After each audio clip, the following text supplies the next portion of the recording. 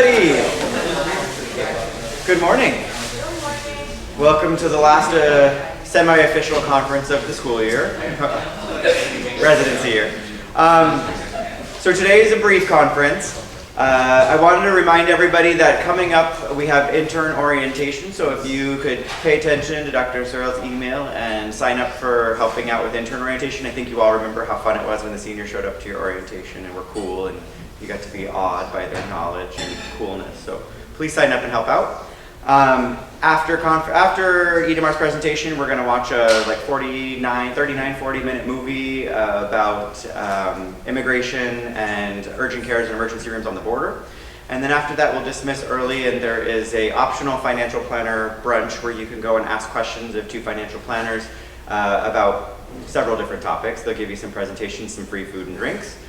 And then remember today, if you're exercising your resident well-being and you're not going to any of the optional events, you need to be at your shift by 12 o'clock or before 12 o'clock because there'll be no tolerance for tardiness today, okay? All right, thank you. And with that, Itamar Goldstein with Tactical Medicine. Hello, good morning, welcome to, do I need the microphone? No, I know? Okay, sounds weird. Thanks for getting out of bed. And coming to this very odd and intimate conference of 20 people. I'll be talking about tactical medicine today. I guess a weird subject, probably out of the blue for many people. It's actually a field of emergency medicine. It's a chapter in Tintinelli, which Ray Beta introduced to me, I didn't even know. It's a subspecialty that you can do in Johns Hopkins, so you can actually do a fellowship in this if you're interested in law enforcement and EMS. I personally would not consider that, but I don't know anybody who is really into that kind of stuff. But Dr. Palladino, if people don't know, is really involved in tactical medicine and actually does a lot of teaching and a lot of policy. The reason I decided to talk about this topic is because Stephen Greenstein really wanted me to. I think he's late, he'll be here soon.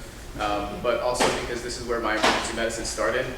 This is where I got introduced into medicine in general almost 20 years ago, which is kind of shocking. Which is not surprising because only 5 of those years I've been here, so I guess 20 years is not really a long time. It's a very well-developed and well-researched field of medicine. Just a little background, so when I was 18 I was drafted into the military like everybody else, like Ray Beta, and I volunteered into one of the specialized units. At some point during my training I decided to go into the medic course for a variety of reasons, and because it's a pretty complicated reality back in Israel, and I found that medicine was a good avenue for me to slightly escape kind of the violence while still participating in the complicated, let's call it, solution of the variety of problems. I'm not going to get into that because this is certainly not about politics and not about Israel, because God, no, I'm not going to talk about that.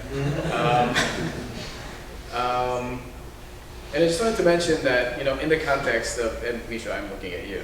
You're kind of my only, ally here. While kind of thinking about this subject, I realized, kind of thought back about the military training, and it is kind of reminiscent to training in residency. I don't know if I know a lot of people are, exhausted and very kind of engrossed in this, but I remember having like a romantic lunch with Adam Blumenberg in the Pete's break room, and we always had these like lavish lunches, and we talked about he asked me if there's any kind of similarities, and I've been thinking a lot about it, but there, training in residency is quite transformational, and I know it's exhausting and painful, and it's kind of immersive, but I think we should all kind of be very appreciative to what we're able to become at the end of this training. And I'm of course fortunate to say this at my last day of residency, not in the midst of second year, third year, when I'm kind of exhausted and in a lot of pain and questioning why I made these decisions. Thought you'd get a kick out of this picture, just speaking of kind of growing up in Israel and a country with conflict that kind of sculpt your decisions in life. This was me in 1991, the second guy on the left, doing this during the Gulf War. We were hiding from Saddam's missiles and expecting some chemical attacks on Israel. It was kind of amusing. I just want to say thanks to Dr. Willis, Drs. Palladino, who helped me a lot, Beta, Greenstein, and then Berzon. I don't know if you know Dr. Berzon. He graduated from the EMI program. He works in Israel. A couple other people he connected me to that helped with tactical medicine. I was going to talk about ethics as well, but there's too much stuff to talk about anyway, so I got a lot of help. This is Ray and one of the, what are they called? What are these competitions called? CPC. CPCs, looking super intelligent. So objectives, I'm going to talk about tactical medicine. I'm really just it's going to be an intro to tactical medicine. If you don't know, it's a big field and it's kind of in parallel to ATLS, just customized and made for battlefield medicine and also for EMS and SWAT. We'll talk about the normal stuff, airway, needle thoracostomy, fluid selection, hypotensive resuscitation, that kind of stuff. There's some major differences that allow medics and medical personnel to prevent deaths in the battlefield as opposed to what we have here and kind of the tools that we have here to prevent deaths in the hospital. I was going to talk about ethical dilemmas, and I'm probably not going to talk about it anymore, but I really like that picture of Tess contemplating PALS very creepily with this baby, so I kept the slide. So again, this is me at 20 years old, just before going into the medic course. And this is, soon after that I went into the medic course and came back to the reconnaissance unit of one of the battalions. And then I was stationed in a big base in the northern West Bank. And that's where I spent a lot of my 2 years of whatever active military before I went back into teaching. This is us before one of our, whatever operations or whatever you'd call it. We kind of be stationed in a big base and get deployed into small missions into a variety of places, a lot of which were intelligence gathering and some were a bit more precarious. This is another picture of a team that I've been with for 20 years, beautiful legs, and who aren't here. Where's Greenstein?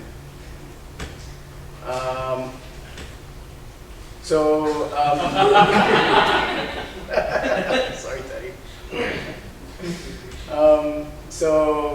This is around where we were stationed. I don't know if anybody's familiar with kind of Israeli geography, but that area there that's kind of delineated is the West Bank. A small one on the left is Gaza, and the rest is Israel. Anybody know where Jerusalem is? No? Nobody knows geography. So Jerusalem, it's kind of half here and half there. Anybody know where Tel Aviv is? It's got to be on the coast, right? So it's somewhere here. Really close. Everything's small in Israel, and that's why it's kind of different than American tactical medicine. The evacuation times are really short. We're talking about 20 miles or something like that. Everything's really tiny. Despite the noise that it makes in the news, it's a really small place. So one of these missions, in the winter, we were deployed into a very, very dense neighborhood in the West Bank. Our objective was to collect intelligence about a group of people that were kind of gathering explosives that was meant for a civilian population. And we were supposed to just kind of observe them and get as much information as we could. We were able to get to that abandoned apartment we set up, and we were there for a couple of days. And unfortunately, at a certain point, we heard a very big explosion and one of the walls collapsed. Luckily, it was between one of our kind of shift changes, and nobody's right next to that wall. But ultimately, at that point, we found ourselves in a situation where everybody was injured to some degree, and bullets started flying, essentially. The good part of the story is that nobody died. We all suffered some degree of orthopedic injuries, blast injuries, soft tissue injuries. There were 9 of us, and 2 had to be carried out, and that kind of exemplifies the situations that medics have to deal with, and commanders, and everybody in these tactical situations, that you have to provide medicine, but also deal with really complex situations. And we'll go through how one approaches that with tools that are specific for that, as opposed to what we use here, which is ATLS. So this is going to be this hypothetical situation that I'll just present to you, and then at the end we'll come back to it and see how a medic would deal with this. But think about yourself kind of on the ground, on your knees, kind of hiding behind something, trying to shoot back. You can't see because there's dust. You can't hear because something just blasted in your ears. You can't smell. Everything's confusing. Yay. Yeah. Everything's confusing, and now you have to provide medicine, right? You're kind of on your knees, you have a very limited amount of equipment, and you have these patients. So you have screaming patients with a lower extremity amputation, an unconscious breathing patient, an unconscious apneic patient with facial trauma, and then awake, silent, and tachypnic patient. Does anybody have any kind of ideas how they would approach this? Like, you're here, they're there, and how do you start? Like, what do you do?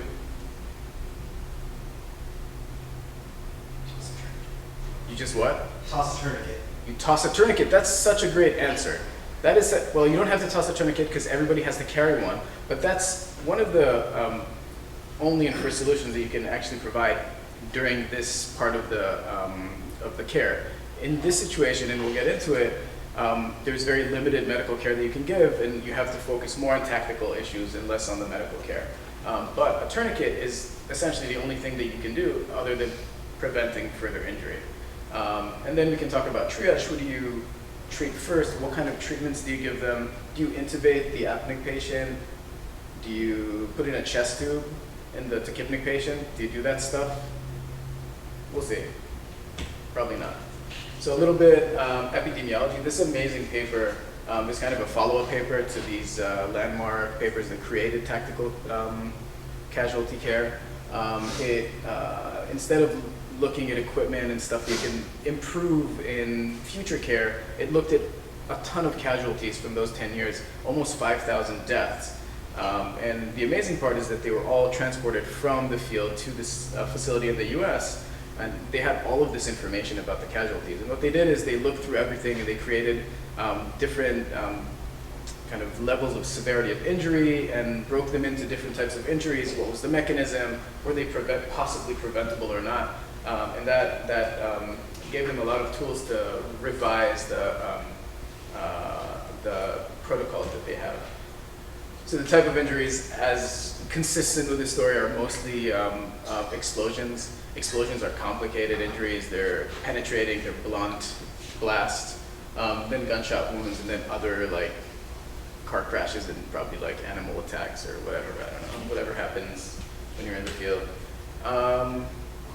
Most people die in the pre-hospital setting, and that's why this is so important. 90% of people will die there. 35% of those will just die instantaneously. And then of those 90%, they classified 76% of them as non-preventable. So essentially most people who die in the field, and you can't do anything about it. But 25% of those, so about 1,000 people over that 10 years, so 100 people a year, you could do something about it. You can, send people back to their families, and that's a pretty amazing thing that you can provide with the proper training and planning. And as you expected, the physiological causes of death mostly are exsanguination, hemorrhage. Airway is very rare, and pneumos do exist, but they're rare. It's 11 over 10 years. But they exist, and you need to be prepared for it. And it's interesting, like I was just thinking about it, we feel like even here we rarely see these tension pneumos that are life-threatening, that are that one thing that you need to relieve to prevent a death. Here we just had recently a case that was very dramatic, but we don't see them as often. We see pneumos, but not to that extent that is the injury that if you don't resolve, the patient will die. And from the hemorrhages, the majority of them are truncal, so obviously hard to manage, chest, belly. And after that there's junctional, so that's axilla and groin, and extremities. So kind of trying to think of what the people who wrote these protocols have to plan for, like what do they need to predict and train these people that are not necessarily as experienced to kind of focus on those few things. It's a squirrel eating a bagel that I saw outside of Downstate. I'm sure it's dead after eating that bagel. That's a lot of dense bread. There's a lot of weird stuff that happens in this neighborhood. a lot of weird like donut and bagel situations that I've observed throughout the years. So just saying. So until 1996, the military medicine just taught ATLS. And can you think of limitations that ATLS has in the kind of battlefield? Why is ATLS not ideal? It's a lot of people, a lot of resources, right? So it's resource rich. What else? Right, you have ORs, you have surgeons. And on that note, it's injuries that you can actually correct, right? So it's the wrong injuries, it's the wrong equipment. It's also the wrong patient population. It's like everybody, not just like healthy young soldiers. It also takes no consideration for tactics. You jump in there, you start doing your primary, secondary survey, you're putzing around forever and people are shooting at you. You can't start doing ATLS on somebody who's like under fire right now. You have to be much more cognizant of your environment. So things that were kind of don't make sense in ATLS, right, are these chest tubes, all these big, all these IVs and availability of fluid and equipment and light. Light's a resource. You don't have that in the field. It also doesn't focus on these preventable, these injuries that cause preventable death, right? We need to kind of really focus on it in tactical medicine. So in 1996, this paper came out and said, fuck you to ATLS. It's this incredibly detailed paper that described what is now called Tactical Combat Casualty Care, or T3C. Rithvik, that's for you, of course. And I swear to God, like 10 pictures of Rithvik doing this in like a variety of different outfits. TC3 is now not only the American system of teaching tactical medicine, but also internationally it's adopted by many militaries. When I was training, we're doing this PHTLS, which is a version of ATLS, and now I think the Israeli military also adopted a lot of the T3C concepts. So this changed a lot in the world. They took everything together from knowledge from other units. They made an actual protocol out of it, and then they also reviewed a lot of literature that had to do with certain equipment and management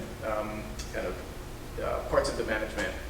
And since then, this protocol has been solidified. There's a committee, multidisciplinary committee, that's focused on, every several years updating it and looking through the literature and preventing as many battlefield deaths. Again, I think Palladino is very involved in it. He flies there like once a month to participate in training. He's a part of these committees. I had no idea. Anyway, it's amazing what kind of characters we have in our department and what everybody's interested in. It's just like, I think, it's just incredible to me, this diversity and kind of humility of this department. You find out something new about somebody every time. It's very sad to leave, obviously, to Las Vegas. It's so weird. Anyway, huge equipment fetish in tactical medicine, right? People love like strapping things to themselves. They're small, they're like compact, they have a ton of Velcro and stuff, weird like algae to stop bleeding, and we'll talk a little bit about all that equipment. Ketamine lollipop. So we'll talk a little bit about all of these parts. So basically, TC3 is broken into 3 phases: care under fire, which is that initial phase that we talked about; tactical field care, which is kind of the middle where you have more time, and that's more like ATLS; and then tactical evacuation care, which I'm not going to talk about because I didn't read anything about it and it was just too much for my brains. Instead of our ABC, they went all military and called it MARCH, because M stands for massive hemorrhage, and very often, as we said, people die of just exsanguination. So the first thing that you do, and that I do remember very well from my training, is find giant bleeds and stop them. And then you focus on other stuff, because that's what kills most of the soldiers. And that's, I was meaning to say, I meant to say that at the beginning, but that could be relevant to us, and to many of us in this country with, mass shootings and all kinds of crazinesses that happen, that's not a word, but whatever, that happen in this country. And of course, there's going to be a world war soon because everybody's crazy. So I'll get ready, okay? So care under fire. This is a quote from the paper: "The best medicine of any battlefield is fire superiority." So that first situation where I ask you what's your strategy is to shoot back, right? You're not even going to look at the casualties before you've kind of realized that you have fire superiority, and nobody else is going to get killed. Like if you get killed, they've lost their medical personnel, they lost another gun. So that's going to be the first priority, and that's of course on the commander to decide if they're going to use the medic to provide medical care or they're going to use them as a gun. It depends on how many resources you have. So as we said, what you do is you shoot back and you give kind of minimal medical care, which is just a tourniquet. Another thing you can do is you can direct medical care. So you can shout to them, put on your tourniquet, lie down, hide behind that thing. And that might sound trivial, but that's a lot, because you might have saved their life by actually preventing further injury. You put on that tourniquet and you stop their bleed that could have killed them within a minute. That's very valuable. So that tourniquet that was out of fashion for so long, and I don't know, did you guys, I guess I remember learning about tourniquets being bad. Dr. Silverberg, did you like, what was your... We were taught to use them, and I think as long as you document the time you put it up and you know when it goes on, I think they're life-saving in some instances. We had a bled femoral artery vein a little while back, that we just put a tourniquet on, and the guy lived went to the operating room. Yeah. But if we didn't get the tourniquet on, from femoral artery bleed, you can bleed out in 2, 3, 4 minutes. So, I mean, I think for many, many years, people did not like tourniquets. I don't know when this happened, probably around the 90s when this stuff happened, but early 2000s is when the American military started giving the tourniquets to everybody. In 2007, everybody had to carry a tourniquet and know how to use one. But tourniquets are amazing, and as stupid as they are, they save probably more lives than anything else in the battlefield. I brought one tourniquet to show you guys how to use, and I'll show you how to make an improvised tourniquet as well, which is what we learned. It was called the Russian tourniquet, because supposedly the KGB used it to like torture people or something. So it's like, They are Russian to put it on. huh? They are Russian to put it on. You need to be Russian to put it on? I'm like, all Ashkenazi Jews are like part Russian in some way. So when used appropriately, a tourniquet will save a life, right? This is obviously going to bleed very quickly and kill the person, right? This is disgusting.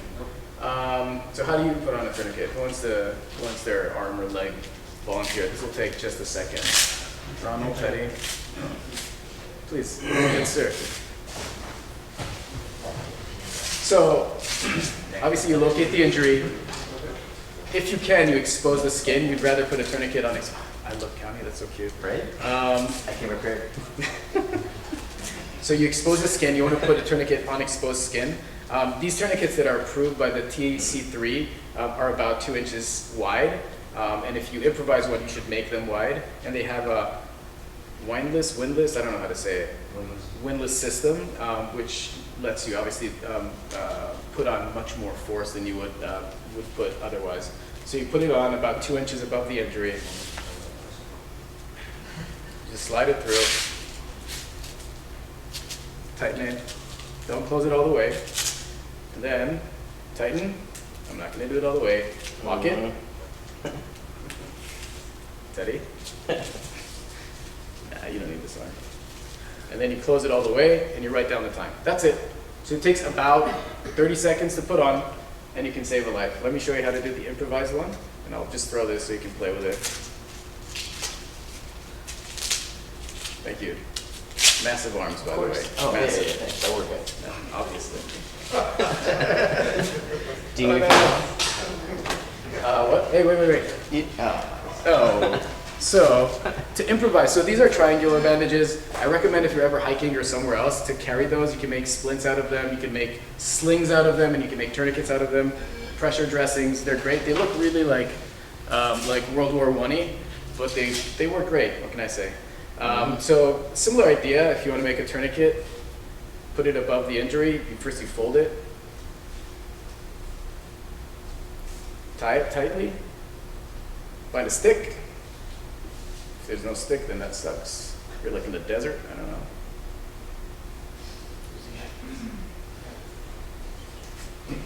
And then you can wind it, and you can tie it. That's all. Okay? Easy? So if you learn one thing, and you're somewhere, because a lot of people here go to weird places, know how to put on a tourniquet. You never know. Okay, thank you, Teddy. Of course. You're a wonderful model. Thank you. Okay, so there's plenty of data about tourniquets. There's a bazillion studies that show that they save a ton of lives. They're good at hemostasis, and more than that, they create like 0 complications. There's always the fear that you're going to cause an amputation, and people are reluctant to use them because of that. But in fact, they don't. Plenty of studies show that on a large number of patients, that the most that they do is cause some temporary like nerve palsies that resolve within hours to days. So I wouldn't worry about that. And then kind of the biggest proof of concept with a tourniquet is the same study that looked at the epidemiology, and they saw that once in 2007, that once they introduced tourniquets to all soldiers, the number of deaths from extremity hemorrhages dropped by 85%. So from 23 deaths per year to 3. So again, a really stupid device that saves a lot of lives. The second phase is the one that has most of the meat in it for us. That's the tactical field care. That's a point before you get evacuated. You have more time, the hazard level is lower. It's still tenuous, but you have more time to treat the patient. That's where you go into that ATLSC with massive hemorrhage first, March. This is where all this magic happens with the hemostatic devices. I don't know if this video will work, but this is called the XStat, this thing here. It's got a bunch of little pellets of gauze that expand 20 times their size. They have hemostatic agents in them. They're not for the belly, they're not for the chest. That would just be stupid, because then they'll just float into blood. But they're for mostly the pelvis and the axilla. If you have a big deep hole in the leg, you squeeze them in there, you put pressure on them, and then you put a pressure bandage on that. If you have never seen a pressure bandage, this, I think, very proudly is called the Israeli bandage.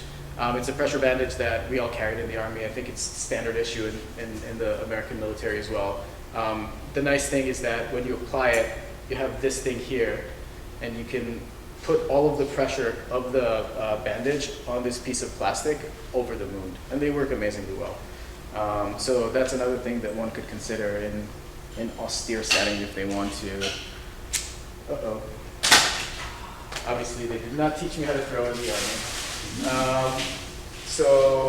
Very useful, very important. I've seen situations in CCT where somebody's bleeding and nobody's putting pressure on the wound. Everybody's focusing on like IVs and doing stuff and not like actual direct pressure, because we have so many things to do. This like stupid basic first thing is not done.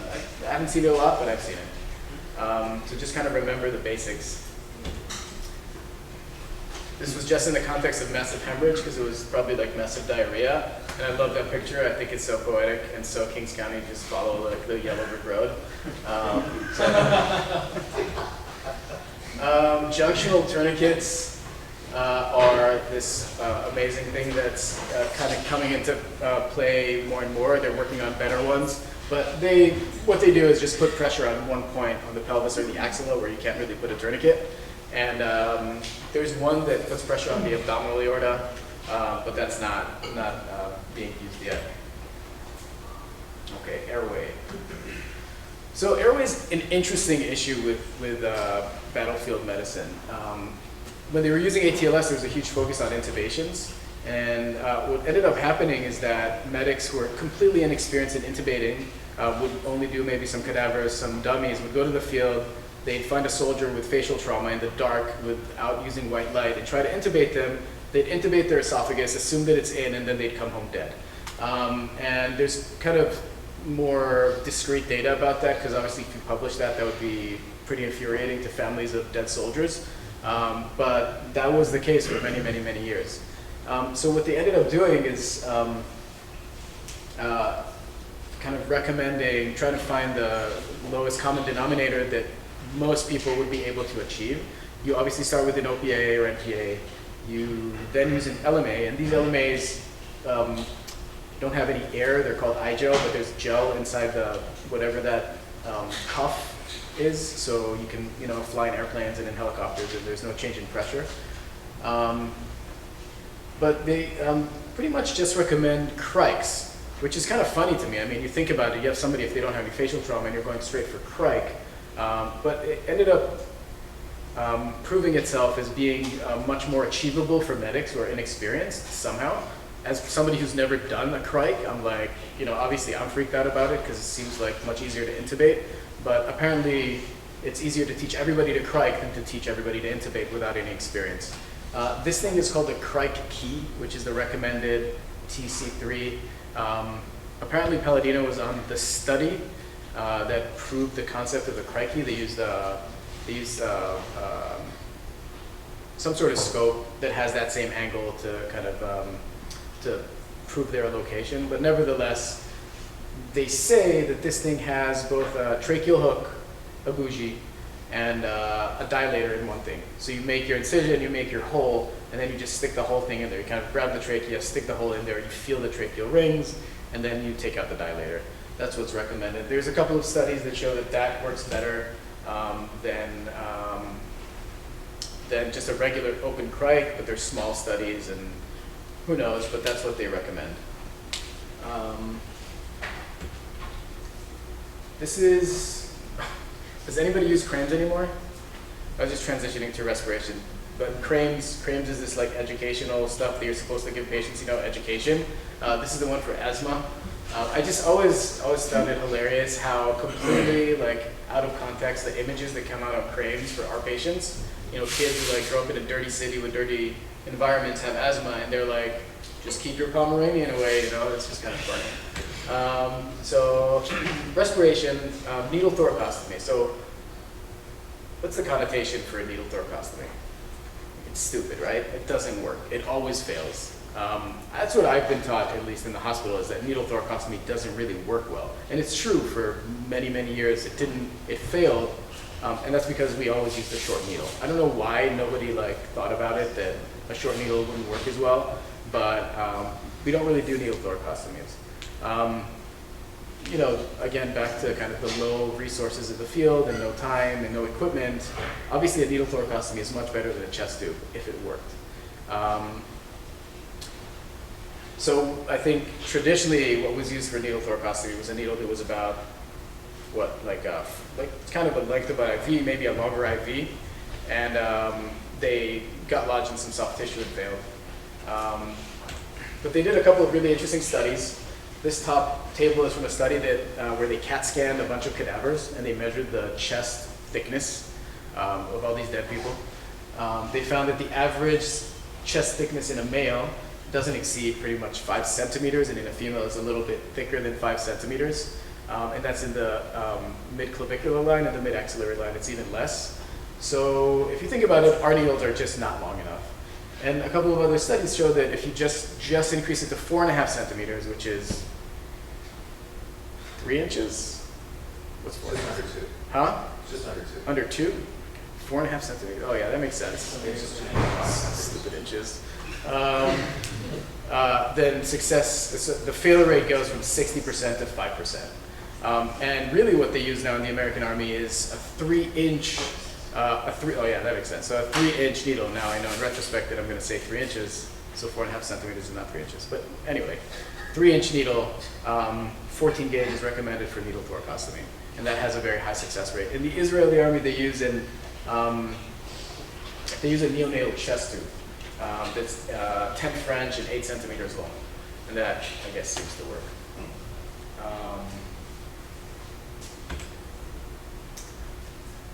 Okay, circulation. So, I mean, circulation is obviously us trying to prevent shock, and that's for these patients with the chest wounds, abdominal wounds, the ones that you didn't catch on time with your tourniquet. In the field, we don't really have a blood pressure cuff, we don't have a monitor, we really have radial pulse, we have mental status, we have skin color. I would say that I don't check a radial pulse as often as I want to, and don't I guess I check it, but I don't really meditate on it when I see patients. I think this is, I'm learning more and more to just look at the patient, to assess the degree of shock as opposed to looking at the monitor, and that's something that I think happens the more patients you see, especially trauma patients. They teach the medics, obviously, to check for a radial pulse if it's faint, to assume that it's hypotension. To kind of gauge the mental status for the degree of shock. In this stage, you want to convert the tourniquet. You consider to put a pelvic binder, as opposed to what we do and put like two IVs, two large bore IVs. They recommend in one 18 gauge IV because you're not likely to get blood in the field, and you just need an IV for fluids, and 18 gauge is enough, and is much easier to put in than a much larger bore IV. That's what's recommended. And then, of course, they recommend hypotensive resuscitation. So everybody here familiar with hypotensive resuscitation or permissive hypotension? You guys familiar with that? No? It's funny because it's definitely applicable to us as well. It's something that we are supposed to use, and we do use. But previously, when they were using ATLS, and I think this is a huge development in medicine that happened in the early 2000s or 90s, you were supposed to put two IVs and then blast people with fluids if they're hypotensive. And what happened if you did that? So you created a coagulopathy, you changed their pH, and you went into the great triad of trauma death, right? Coagulopathy, acidosis, exsanguination, death. A couple of really big papers that came out, but since then it's kind of been a concept that's been reiterated, is that less aggressive resuscitation gives you lower mortality rates and a lower complication rate for the ones that didn't die. And the way that it's practiced in the field, and again, I think this is very, very relevant to us, is at least in the field, if you have a blood pressure, you resuscitate to a systolic of about 90, a MAP of 60, present radial pulse, mental status that's improving. So you're trying to keep them at the lowest possible blood pressure that gives you an indication that the person isn't circling the drain.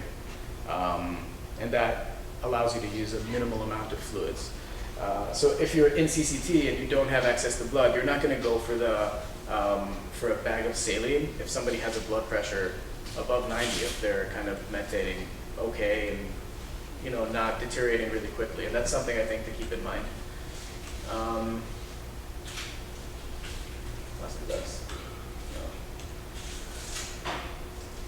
Okay, so fluid selection.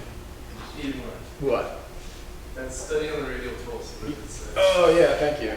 Yeah, okay. So this is a nice study that showed that if you just, thank you, I missed that. I didn't sleep last night. I was telling Scott that my kid woke me up. Like the one night he wakes me up is before this lecture, and I'm like, feel like I drank a whole bottle of Purell, which is what one of the PEDS patients did last week or this week. So this study pretty much took I'm trying to remember the exact design, but what it ended up doing is it compared people's assessment of radial pulse, whether it's strong or weak, that's it, and then it compared it to the outcomes of trauma patients. And it correlated very, very, very well with a systolic pressure above 90 or under 90 and to outcomes. So the people who, pretty much almost all the patients that were deemed to have a faint pulse on people's palpation had a low systolic blood pressure and poor outcomes. And it just kind of proof of the fact, this like stupidity that I think I don't appreciate, that we can actually palpate a pulse and get an idea of blood pressure, not the fact that it's a pulse or no pulse. I know that in Chinese medicine, supposedly they have like 5 different pulses that you can feel, and I'm sure there is some truth to that if people learn to, gather information from feeling a pulse. So I would urge people to feel a pulse and not just say yes, it's there, but feel it and try to kind of get as much information as you can just from the pulse. I mean, obviously not like the Chinese medicine level of information, but so. So fluid selection, another interesting subject in tactical medicine. In the field, usually people have either crystalloids or colloids, not blood, and sometimes there's access to blood if there's kind kind of a more complicated operation, if there's a backup with more kind of medical equipment. This stuff, so I'll start with blood. I mean, if you have blood available, the military recommends using whole blood. That makes total sense, right? I wish we had whole blood. That would be so awesome for our trauma patients, instead of like figuring out this one-to-one-to-one and, you know, mixing up all the blood products. That's, whole blood works best. But everybody here knows about the one-to-one-to-one ratio of massive transfusion. So this, I guess I'll get to it in a second in the paper, but what TC3 recommends is whole blood, then one-to-one-to-one, and after that it's kind of what you have available. What's being developed now is freeze-dried plasma, which is really cool. They're getting single donor plasma, freeze-drying it, and then a medic can carry that, plus some sterile water, and they reconstitute it in the field, and then you can give fluids to the patient that actually has physiologic pH, has coagulation factors, and you're avoiding all that terribleness of large volume resuscitation. So the proper trial, that's something, I think it came out in 2015. But that was that was, I think, the first and largest randomized control trial that showed that the one-to-one-to-one ratio of massive transfusion, although not decreasing all-cause mortality, decreased mortality from exsanguination. I think they didn't power their study to the effect size. They expected it to be a bigger effect, so the all-cause mortality didn't change, but the mortality from exsanguination was lower, and I think the complications from certain complications were lower, but at least all-cause mortality from exsanguination.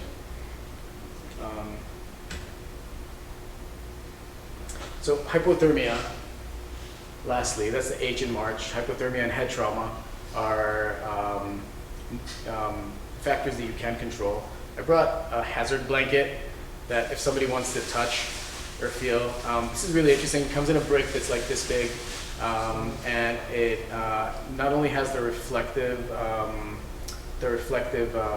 surface that everybody knows from like marathons, it has 2 layers and air cells in between, and you just pass it around.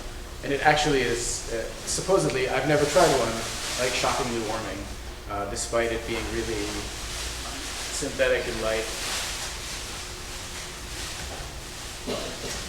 And lastly, I'm going to talk about pain control. That's really interesting. I mean, until the early 2000s, they just did like IM morphine like they did in the Civil War. Now they have different options. They start with Tylenol and meloxicam. They don't recommend ibuprofen because of the increased bleeding risk for mild pain. After that, there's the fentanyl lollipop. It's 800 micrograms. So what they do is they give you the lollipop, you put it in your cheek, and then they tie it to your hand. So if you pass out from overdose or from something else, it doesn't just go in, it falls out. I guess this guy didn't get it tied to his hand, but the problem is that oftentimes people chew the lollipops, and if they go through the GI tract, they go through first pass metabolism, as opposed to if they go sublingual, you get a stronger effect. And then there's ketamine, our favorite, subdissociative dose ketamine, IM. That's recommended for people in shock. If they're in shock, they recommend not to give fentanyl, and if they're not in shock, or you get what I'm saying. And that was an homage to the K-hole, of course. It's amazing what you get on Google Images from the ketamine. So back to square one. So what would you do in this situation? What would you do with this scenario? So care under fire. What do you do now in step one of this scenario? You shoot back, fire back. If you tell this person to put on a tourniquet, you kind of ignore the other ones, unfortunately, right? And you retreat. Once you've reached the safer environment, then you start treating the other patients. So who would you treat first? You adjust the airway on the apnea. Right. So you already put in tourniquet on this one. You can adjust the airway on the apneic patient and put them in recovery position. Same with the unconscious breathing. You can put them in recovery position. And then you can go to the Kipling patient and you can put a needle thoracostomy in them. And then you can take a second round and see what other interventions you can do. So think that's really it. So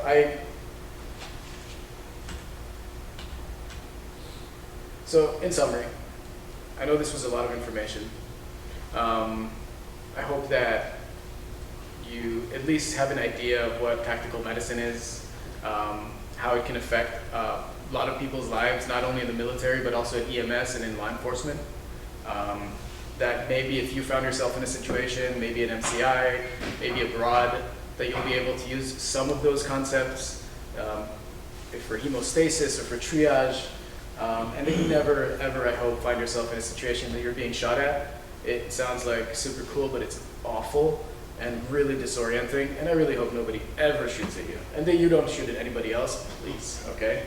I want to say thank you to my lovely family that has tolerated me throughout residency and are still there. This is from this last weekend, Mermaid Parade. My grandmother, who just died a few weeks ago, who made this lecture, postponed this lecture to this very moment, but kind of give her a little shout out. She was 97. Thank you to this wonderful family. Sorry, EM people, that you're not here. This is from the medicine in-service. Great time that we get to spend together in the EMIM program. And thanks to Kings County. I really cannot believe that it made me what I am as a clinician, what I hope I am as a clinician. We'll see. The ominous and terrifying Kings County. And I don't know if everybody's seen this sign in X-ray, but I think it's like a great symbol of Kings County. Have a nice day on like a stop sign that's in black and white is like perfect for this place. I love it. So that's it. I got a bunch of references.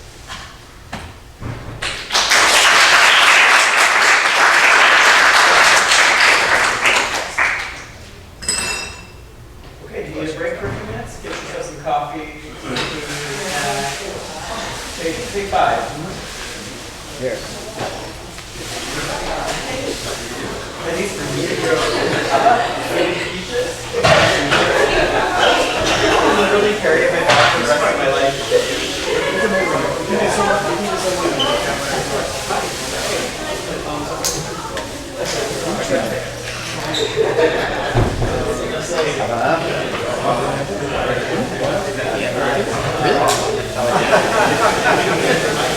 I'm gonna try to hit so hard.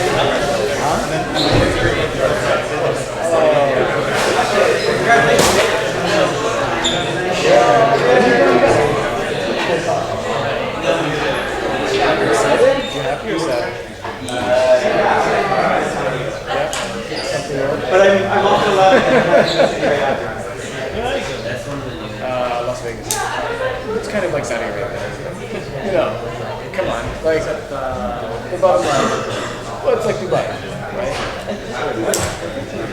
Great lecture. Thank you. Appreciate it. I'll be graduating. Definitely. Definitely. Definitely. You'll be here? Okay, I'll email it. I just sent it to my Congratulations. Oh, please.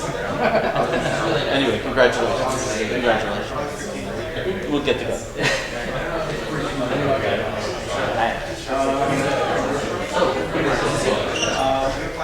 How is it?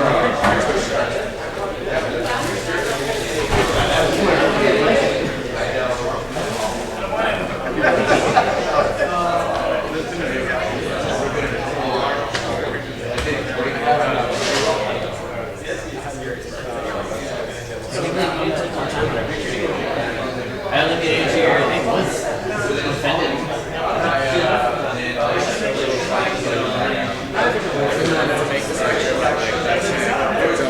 Yeah. But I ended up having so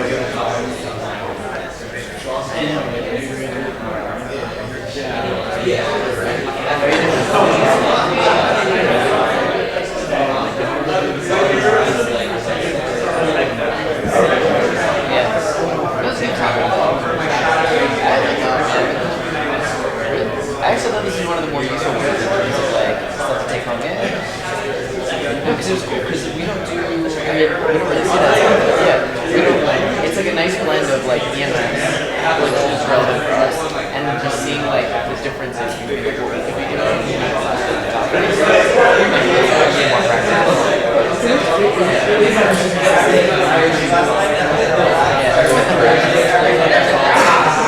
Oh no, sure.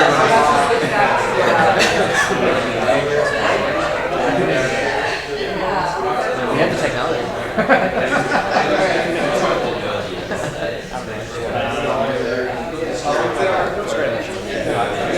No, it was really good. I like the picture. I was going to put it in our group text. I wanted everyone to put this thing down every time. Every time I'm stop doing that thing. I wanted to just